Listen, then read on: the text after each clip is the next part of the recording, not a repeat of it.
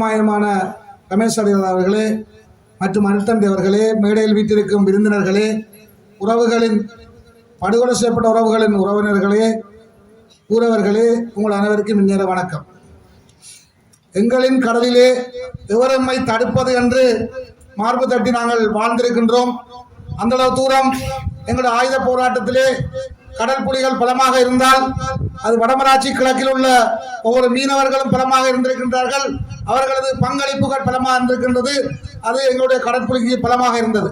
ஆனால் அவ்வாறு இருந்த எங்களது உறவுகளை கடலிலே எங்களது உறவுகளுக்கு முன்னாலே வைத்து ஸ்ரீலங்கா இராணுவத்தின் கடற்படையினர் மிகவும் நிலேச்சத்தனமாக சுட்டு படுகொலை செய்த இந்த நினைவு நாள் என்பதை யாராலும் மறக்க முடியாது. அது எமது அடுத்து வருகின்ற சமூகம் அதை மறக்கக்கூடாது. இன்றைக்கு இந்த நிகழ்வினை இந்த மக்கள் ஒழுங்குபடுத்தி இருப்பது என்பது வெறுமனவே ஒரு நிகழ்வல்ல. எங்களுக்கு நடந்த இந்த துன்பியல் சம்பவம் மறந்து போகக்கூடாது. எங்கள் ரமேஷ் அடிகளார் அவர்கள் கூறியது போன்று நாங்கள் இது மறக்கக்கூடிய துன்பியல் நிகழ்வு அல்ல. எங்களுக்கு பல ஆயிரக்கணக்கான துன்பியல் நடந்திருக்கின்றது. இயற்கையின் பேரழிவாலே, சுனாமியாலே நாங்கள் பல துன்பப்பட்டிருக்கின்றோம், பல உயிர்களை காவு கொடுத்திருக்கின்றோம். ஆனால் இந்த படுகொலை என்பது திட்டமிட்டு நாங்கள் தமிழர்கள் என்பதால் எங்களது வாழ்வாதாரங்கள் இருக்கக்கூடாது, நாங்கள் ஒரு இனத்துக்கு ஒரு நிலத்தை கேட்டு போராடுகின்ற ஒரு சமூகம் என்பதால் கடலை வைத்து கடற்படையினர் சுட்டுக் கொண்டிருக்கின்றார்கள். இந்த படுகொலை நிகழ்வானது உலகம் பூராக தெரிய வேண்டும். இது மட்டுமல்ல, பல படுகொலை நிகழ்வுகள் எங்கள் மத்தியில் அரங்கேறி இருக்கின்றன. ஒவ்வொரு தமிழர்களும் பல்வேறு விதமாக ஸ்ரீலங்கா இராணுவத்தினரால் படுகொலை செய்யப்படுகிறார்கள். அது ஸ்ரீலங்கா விமானப்படையாக இருக்கலாம், அல்லது கடற்படையாக இருக்கலாம், அல்லது ஸ்ரீலங்கா திரைப்படையாக இருக்கலாம், அல்லது ஸ்ரீலங்கா இராணுவத்துடன் தெரியக்கூடிய ஒட்டுக்குழுக்களாக இருக்கலாம். இவர்களால் எங்களது மக்கள் தொடர்ச்சியாக படுகொலை செய்யப்படுகின்றார்கள். இன்று இந்த கட்டக்காட்டு மண்ணிலே இந்த நிகழ்வை ஒழுங்குபடுத்தியிருக்கின்றீர்கள். அதைவிட முக்கியமாக ஒரு நினைவு தூவிக்காக இந்த அடிக்கல் நாட்டப்படுகின்றது. 2009ஆம் ஆண்டு யுத்தம் முடிவடைந்தது பின்னர் இந்த அரசாங்கத்தால் கொல்லப்பட்ட மக்களுக்கான நினைவு தூவிகள் அமைக்கப்பட வேண்டும் என்று நாங்கள் கூறுகின்றோம். ஆனால் அமைப்பு என்பது சாதாரண ஒரு விடயம் அல்ல. இந்த நினைவு தூவிக்கு நாங்கள் இன்று அடிக்கல் நாட்டியிருக்கின்றோம்.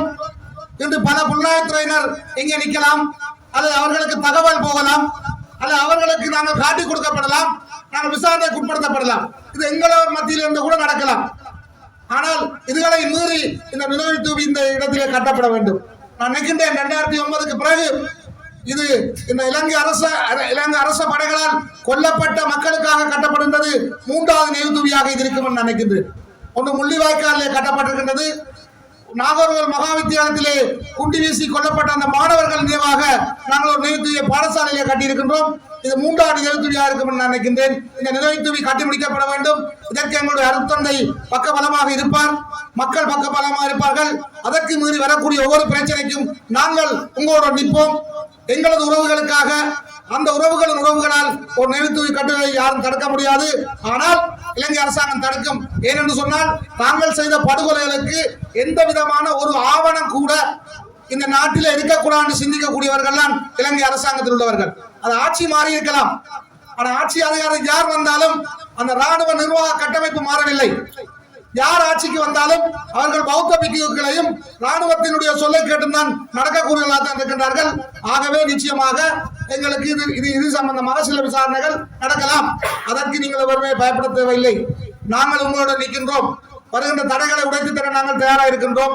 இந்த நினைவு தூவி புறமைக்கப்பட வேண்டும்.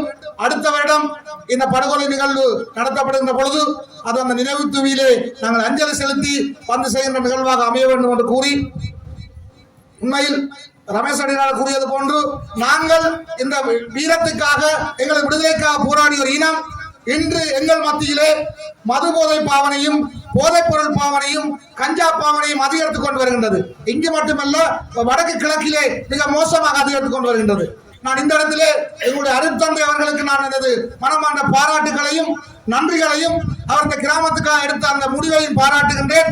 அவருடைய அறிவித்தல் ஒன்றை நான் பத்திரிகையாக பார்த்திருந்தேன். இந்த பங்கிலே யாராவது போதைப் பொருள் பாவனையாளராகவோ அல்லது கஞ்சாவோ அல்லது ஏனைய போதைப் பொருள் கடத்துவதாக இருந்தால் அவருக்கு இந்த சுழற்சியிலே எந்த விதமான ஒப்பு கொடுப்புகளும் செய்யப்பட மாட்டான் என்று துணிஞ்சு ஒரு அறிவித்தலை விட்டிருந்தார்.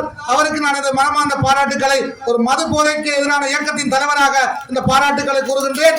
இவ்வாறு ஒவ்வொருவரும் மிக கடுமையாக இருந்தால் எங்களது பிரதேசத்திலிருந்து இந்த போதைப்பொருள் பாவனையையும் போதைப்பொருள் கடத்தல்களையும் நாங்கள் நிச்சயமாக முறியடிக்கலாம் என்று கூறி எனது மனமார்ந்த பாராட்டுக்களை கூறி விடைபெறுகிறேன். நன்றி.